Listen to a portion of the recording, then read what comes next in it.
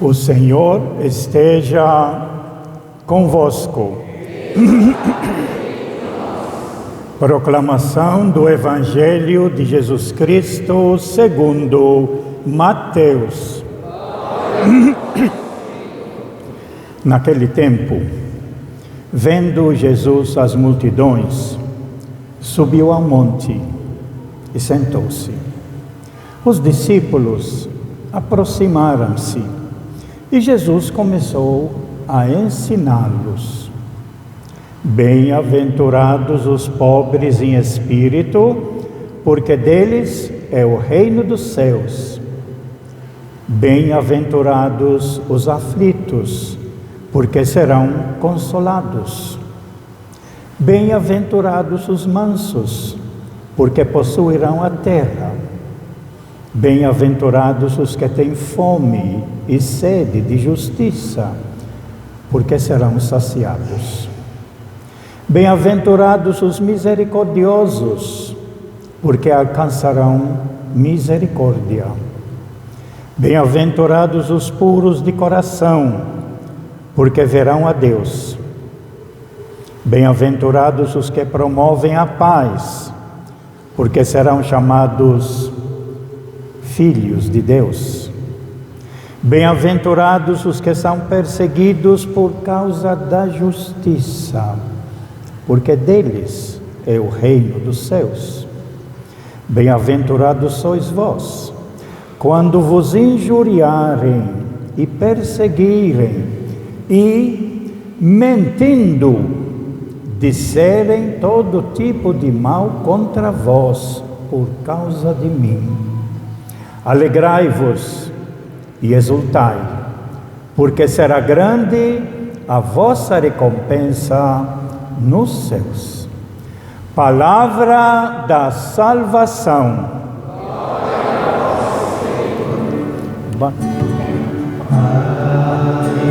Não.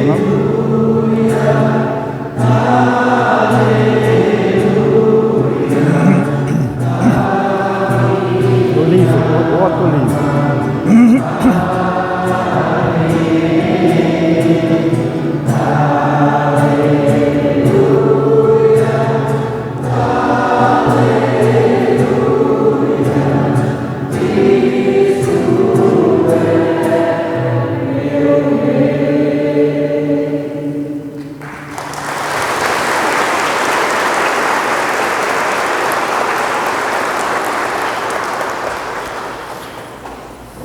Que estas palavras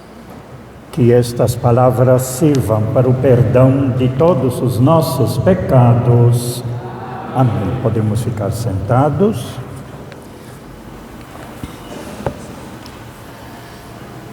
Então, hoje, nesse domingo, a igreja, não é no mundo inteiro, aqui no Brasil, nós estamos celebrando a festa que é do dia 1º de novembro, que é a festa de Todos os Santos. Dia 1º de novembro, antigamente era feriado, hoje não é mais. Portanto, a igreja transfere a festa de Todos os Santos do dia 1º de novembro, porque o povo trabalha, não tem condição de ir participar da comunidade na missa, ela transfere essa festa para o domingo seguinte, que no caso é hoje. No dia 2 de novembro, nós celebramos ontem isso, a igreja celebra a festa,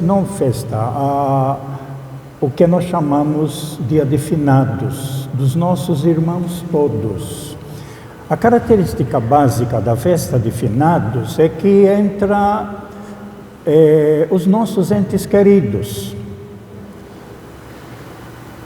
E é o dia de finados que nesse dia a igreja lembra de todo ser humano que passou por essa terra. Podia até ser uma criança que não teve oportunidade nem de nascer, morreu antes. Ou aquelas que nasceram e morreram, por uma razão ou outra. No dia de finados, a igreja lembra todos os seres humanos. Pertencemos todos, criados pelo mesmo Criador, como diz a nossa segunda leitura, mais tarde explicarei.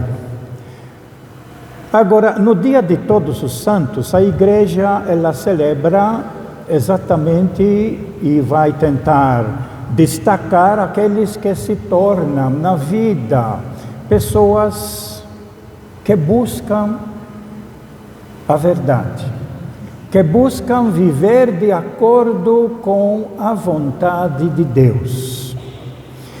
E para ajudar-nos a entender essa festa de Todos os Santos, a igreja nos coloca nessas 3 leituras. A primeira leitura é tirada do livro do Apocalipse. A época do Apocalipse era uma época de perseguição, porque aqueles que dominavam não acreditavam no Deus único e verdadeiro, Pai, Criador e misericordioso para com todos.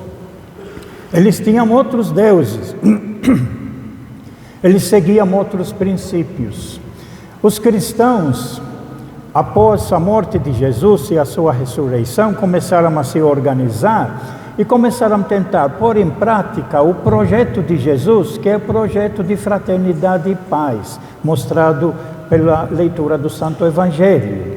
Mas aí começa a perseguição das autoridades, primeiro dos judeus, depois dos romanos, uma perseguição contra os cristãos, porque o cristão ele carrega dentro de si algo, uma semente, que ele recebe de Deus e aceita essa semente dentro de si, de procurar realizar o seu projeto, que Marcos descreve aqui. Nós acabamos nos domingos seguintes refletindo sobre isso. Marcos descreve o desejo de Deus para que todos possamos viver em paz uns com os outros. Então, quando aquele que optou por Jesus Cristo, batizado em seu nome, se torna cristão, ele não admite e não aceita dentro de si a maldade, as injustiças, as coisas que prejudicam, aquilo que diminui a vida, e ele vai, então, tomando posição contra isso que é o justo. E na primeira leitura, então, tirada do livro do Apocalipse, capítulo 7, ela nos diz um pouquinho, todos aqueles que já tinham passado no Antigo Testamento, do povo de Israel, o povo judeu, aqueles que eram justos, e descreve eles, porque não sabe contar também, como sendo, eu vi outro anjo que, aí ouvi então o número dos que tinham sido marcados, eram 144 mil.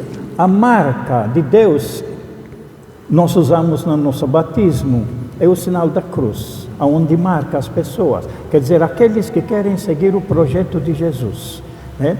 E ele viu então esse pessoal do Antigo Testamento marcados com o sinal de Deus, que mais tarde vai se tornar o sinal da cruz, e ele disse que eram 144 mil de todas as tribos dos filhos de Israel. Eram 12 tribos, vezes 12 mil dá 144 mil. Quer incluir, portanto, todas as pessoas justas que já tinham vivido a sua vida e já passaram, já tinham falecido, mas permanecem vivos, o nome deles permanece vivo pelo exemplo, pela luta deles, pela vida, pela verdade, para viver a fraternidade. Esse se refere ao povo do Antigo Testamento. Mas depois ele acrescenta Depois disso, vi uma multidão imensa, de gente de todas as nações, tribos, povos e línguas. Portanto, ultrapassa e vai além do povo de Israel, que era um povo, mas tinha tantos outros povos na época. Agora o livro do Apocalipse vai abrir a graça de Deus e vai mostrar que no mundo, em todos os povos, nações, tribos e línguas, tem gente que também é de Deus porque luta pela vida, porque valoriza a vida, porque quer viver na fraternidade e quer viver como irmão para construir a paz. Essa é a grande multidão imensa que ninguém podia contar. Todos os que vieram depois de Jesus, portanto, vai para os séculos dos séculos, portanto, os nossos avós estão incluídos, nós somos incluídos e vai ser incluído todas aquelas pessoas que se preocupam com a vida, com a fraternidade, com a justiça, com o amor e procuram viver na misericórdia de Deus como irmãos. Essa é a grande multidão e não dá para contar, ele disse. Estavam de pé diante do trono do Cordeiro, de pé quer dizer vivos, porque quem está morto está deitado, né? Então estavam de pé diante do trono e do Cordeiro e trajavam vestes brancas. Por isso o branco no livro do Apocalipse significa as pessoas vitoriosas. Mesmo que o branco é manchado com sangue, como vai aparecer no final, mas o que destaca é a vitória deles. Trajavam vestes brancas e traziam palmas. A palma também é o sinal de vitória, que era usado já nos jogos lá na época dos gregos. Todos proclamavam com voz forte: a salvação pertence ao nosso Deus, que está sentado no trono, e ao Cordeiro. A salvação é Ele que nos salva, Deus. A salvação pertence ao nosso Deus, que está sentado no trono, e ao Cordeiro, que é Jesus Cristo, que Ele mandou no meio de nós para nos ensinar qual é a vontade que Deus deseja para todos nós, que é vivermos em paz uns com os outros. E aqui nós temos a proclamação do exército de anjos, né, que estão na presença de Deus. Todos os anjos estavam de pé, em volta do trono e em volta dos anciãos e dos 4 seres vivos. Isso ele descreve no capítulo 4. E prostravam-se com o rosto por terra diante do trono de Deus e adoravam a Deus. Veja a adoração e o conteúdo dessa adoração. Ela começa com uma palavra que significa eu aprovo, eu concordo, eu aceito, que significa amém. O louvor, a glória, a sabedoria, a ação de graças, a honra, o poder e a força, são 7 atributos a Deus, pertencem ao nosso Deus para sempre. Amém. Amém significa esta é a verdade. A verdade é essa, a Ele pertence tudo: o louvor, a glória, a sabedoria, a ação de graças, a honra, o poder e a força, que pertence ao nosso Deus para sempre. E um dos anjos falou comigo e perguntou: quem são esses vestidos com roupas brancas? De onde vieram? E eu respondi: tu é que sabes, meu Senhor. Então ele me disse: estes são os que vieram da grande tribulação. Vieram da vida. A vida que nós vivemos, a vida que eles viveram, a vida que outros que vêm de nós vão viver. Mas eles vão viver para conseguir viver na fraternidade e na paz. Tem aquilo que Jesus Cristo no Evangelho chama a cruz. Carregar a sua cruz. E aqui é transmitido pela palavra tribulação. Estes são os que vieram da grande labuta na vida. Labuta para viver. Labuta para se manter vivo, labuta para criar a família, labuta para manter-se fiel a Deus, labuta para viver como irmão, labuta para trabalhar e ganhar o seu pão, o suor. Estes vieram da grande tribulação, lavaram e alvejaram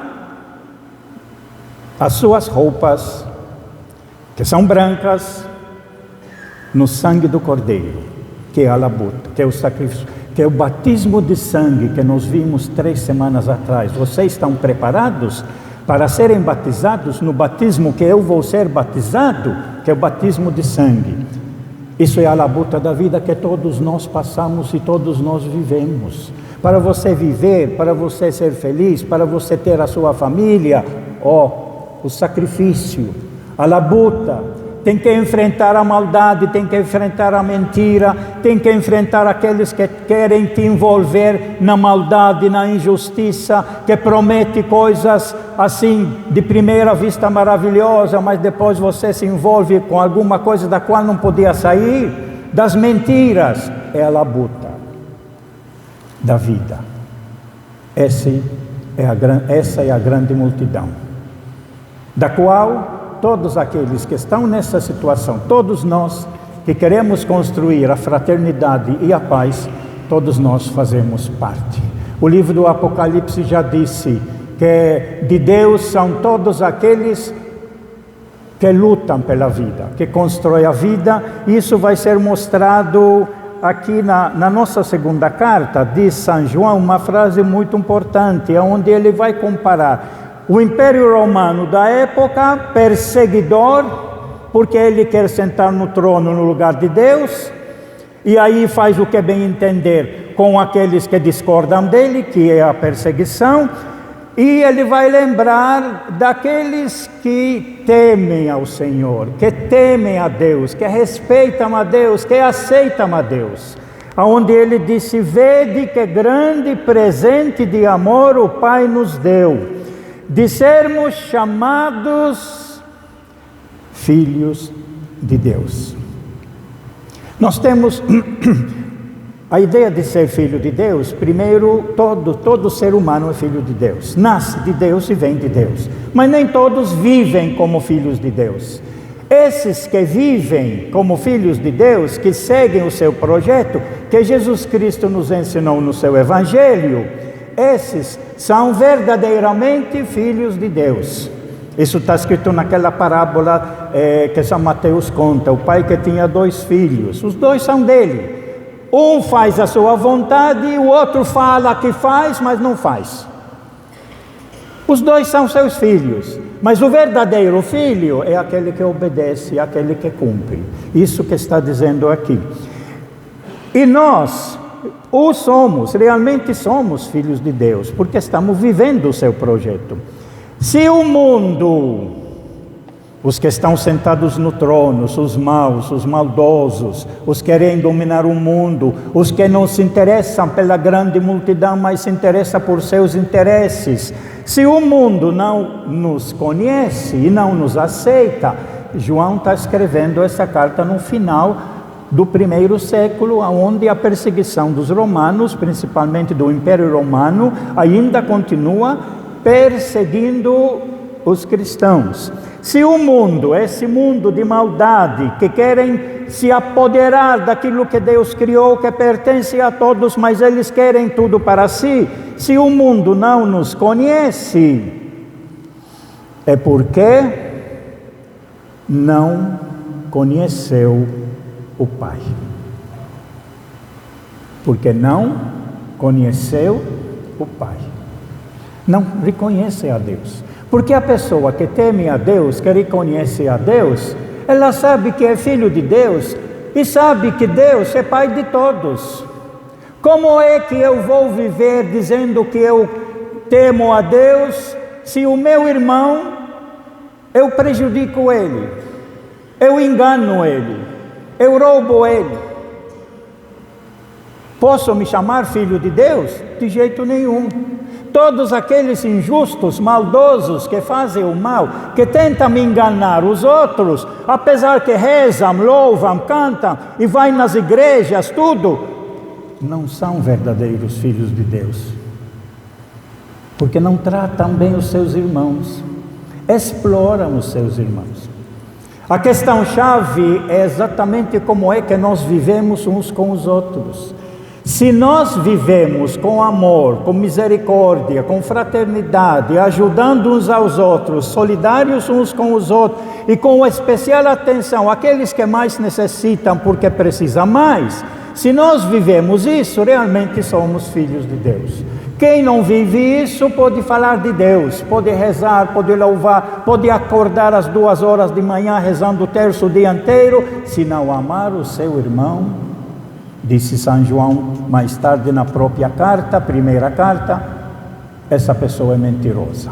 Está falando apenas da boca para fora, porque o que mostra que realmente somos filhos do mesmo Pai, quando nós conhecemos a Deus e a vontade de Deus, que Jesus nos mostrou no Santo Evangelho, vivemos essa vontade de Deus construindo a fraternidade e a paz. E a igreja nos apresenta, então, na leitura do Santo Evangelho, aquilo que é chamado as bem-aventuranças. O Evangelho de Mateus foi montado. Após ele estudar bem o Evangelho de Marcos, que é o primeiro escrito, aí Mateus tenta colocar os princípios do Evangelho de Marcos para a comunidade que Mateus seguia, que é o grupo dos judeus, para tentar mostrar aos judeus, irmãos, que o projeto que Jesus Cristo nos trouxe agora é o cumprimento de tudo que eles tinham aprendido, vivido no Antigo Testamento, e agora nós temos a última novidade definitiva, única, que Jesus Cristo nos trouxe do Pai, de como nós devemos viver na vida, abertos para todos, sem distinção de raça, de nação, de língua, de povos, de tribos, mas vivendo e aceitando todos como irmãos nossos, porque somos todos filhos do único Deus verdadeiro, misericordioso, que é o Pai.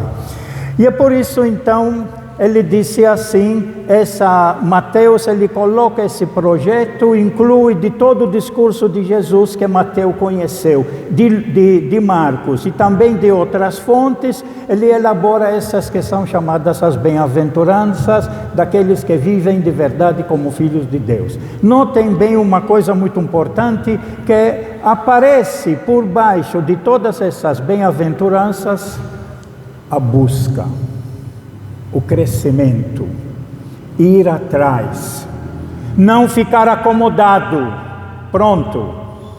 Então ela começa com uma bem-aventurança aqui, esse discurso é direcionado à multidão, mas principalmente àqueles que se aproximarão de Jesus, que são seus discípulos, que já optaram seguir Jesus. E Jesus vai dizer, os meus seguidores precisam assumir esse compromisso, e aí as bem-aventuranças. E diz, bem-aventurados os pobres em espírito, porque deles é o reino do céu. Mateus, ele usa reino dos céus. Os outros evangelistas, eles usam o reino de Deus. Mas dentro da mentalidade judaica, não costumava falar o nome de Deus. No Antigo Testamento sempre fala os céus referindo-se a Deus, e Mateus segue esse esquema. Mas ele está dizendo a mesma coisa que os outros, porque deles é o reino de Deus, porque deles é o reino do céu. Qual é a primeira bem-aventurança que abre, que é a base para todas as outras? Os pobres. Quando a gente fala os pobres, a gente já sabe que quando a pessoa é pobre, ela sabe que depende, que ela precisa crescer, que ela precisa pedir, que ela precisa se abrir. Então, dentro da palavra pobre existe essa ideia, eu preciso mais. E precisa de quem? Do Espírito de Deus. Felizes os pobres que buscam em Deus, porque deles é o reino de Deus. Então o pobre de espírito em espírito é do Espírito de Deus. Eu preciso mais da presença de Deus na minha vida. Eu preciso conhecer mais esse Deus Pai misericordioso que os evangelhos nos apresentam. É a pessoa que está sempre buscando entender quem é esse Deus e o que Ele quer para nós. Essa é a base da vida de quem quer seguir Jesus Cristo. Estar aberto, sabendo que apesar que já conseguiu caminhar, mas precisa caminhar ainda e buscar mais ainda. Crescer mais no amor, na fraternidade, na misericórdia. Esse que é o pobre, que se sente pobre e quer buscar no Espírito de Deus o amor, a fraternidade e a misericórdia. Então, quem tem essa atitude, que o Evangelho vai chamar ela também, Maria também na sua oração vai chamar ela a humildade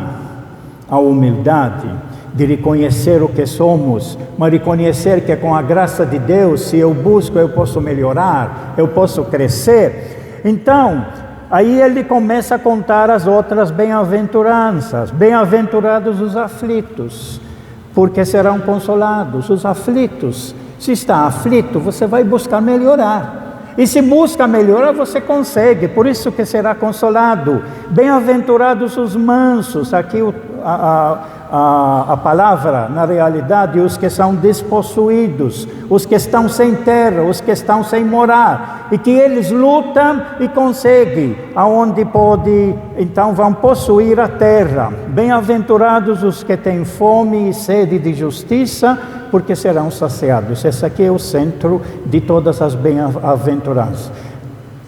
Quem já sentiu fome sabe o que significa. Quem já sentiu sede sabe o que significa. É básico, fundamental. Agora, fome e sede aqui de justiça. Justiça no Evangelho de Mateus, fome e sede de querer conhecer a vontade de Deus e viver a vontade de Deus. E esses que lutam, portanto, para conseguir viver a vontade de Deus, quando busca, você consegue, porque serão saciados. Bem-aventurados os misericordiosos, porque alcançarão misericórdia.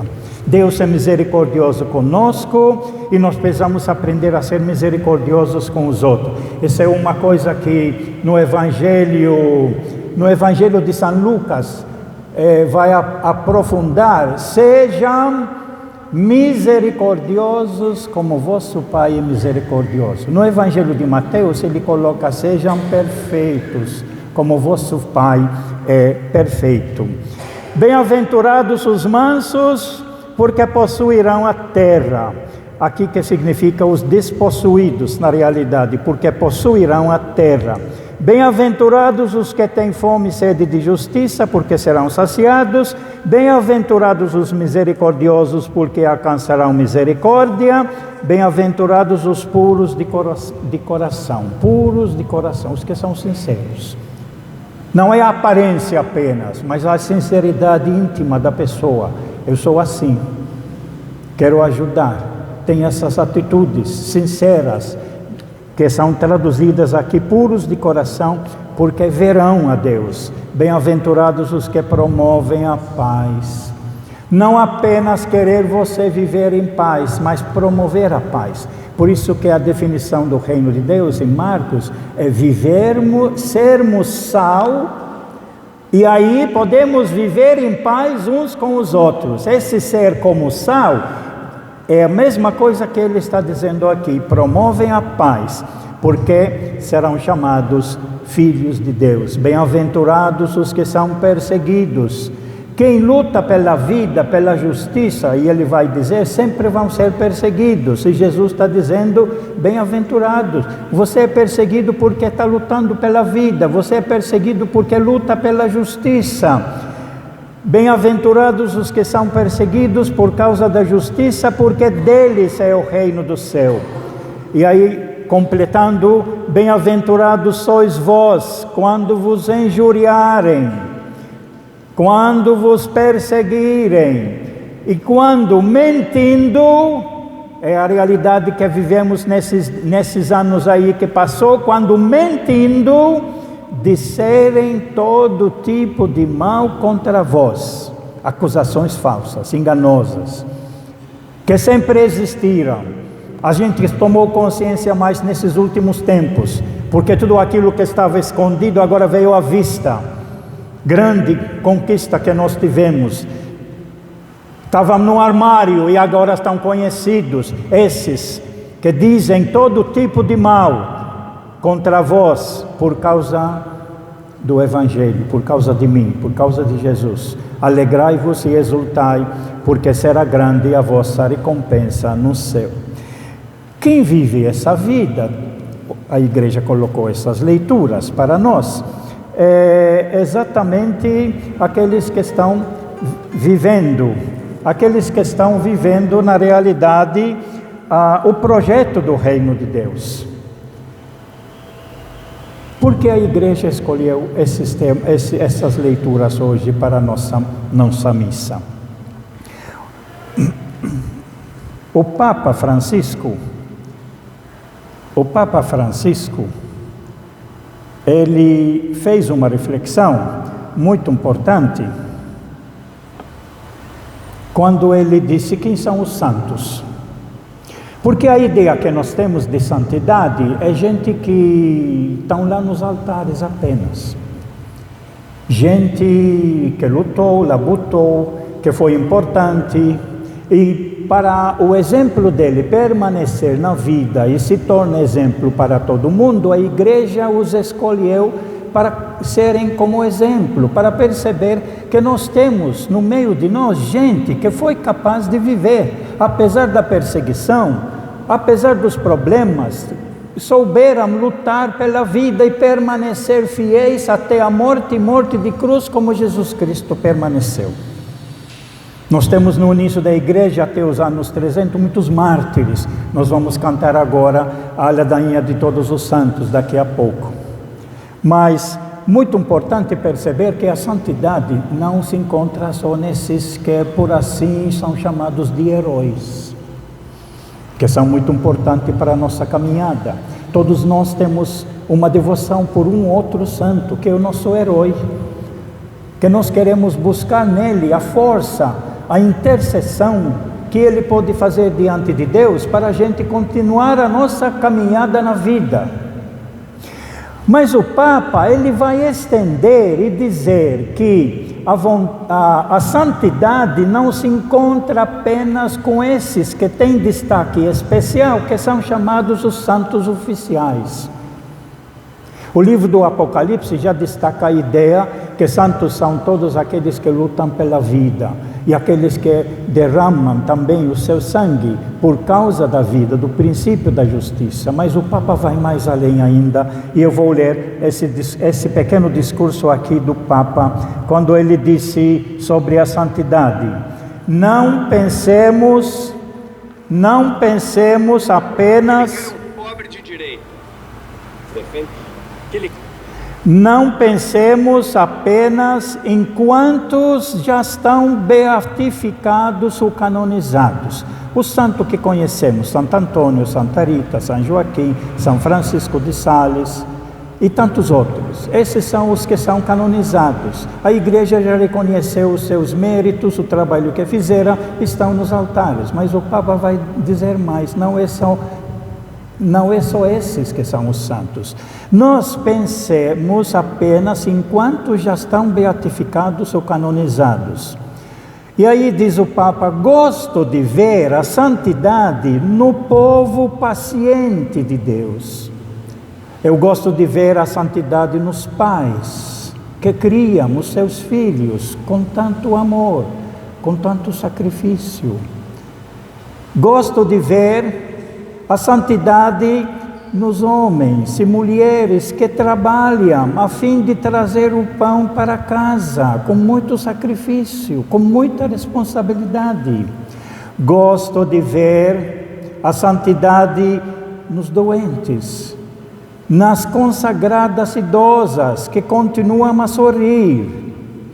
Nesta constância de continuar a caminhar dia após dia, diz o Papa, vejo a santidade da igreja militante, que milita para a construção do reino de Deus.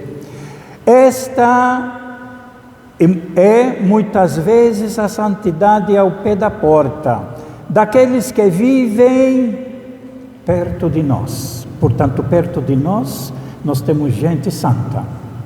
E a gente muitas vezes diz: Para essa mulher, para esse homem, fazer o que está fazendo com os irmãos, só pode ser santo. E aí o Papa coloca uma última reflexão. Esta e muitas vezes a santidade é ao pé da porta daqueles que vivem perto de nós e são um reflexo da presença de Deus. Ser santo é ser um reflexo da presença de Deus. Ser santo é ser um reflexo da presença de Deus. Isso significa observando aquilo que cada um de nós faz quando vê alguém. Quando você vê alguém que ajuda os outros, que se dedica, que se sacrifica, é um reflexo da presença de Deus.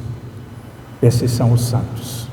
E esses santos podemos ser, e com certeza somos, muitos entre nós, que damos a nossa vida para consigamos trazer de volta os abandonados, os marginalizados, ajudar as pessoas mais necessitadas, sermos misericordiosos, sermos mansos, sermos solidários. Quem faz isso se torna reflexo da presença de Deus. Isso é ser santo. Louvado seja nosso Senhor Jesus Cristo.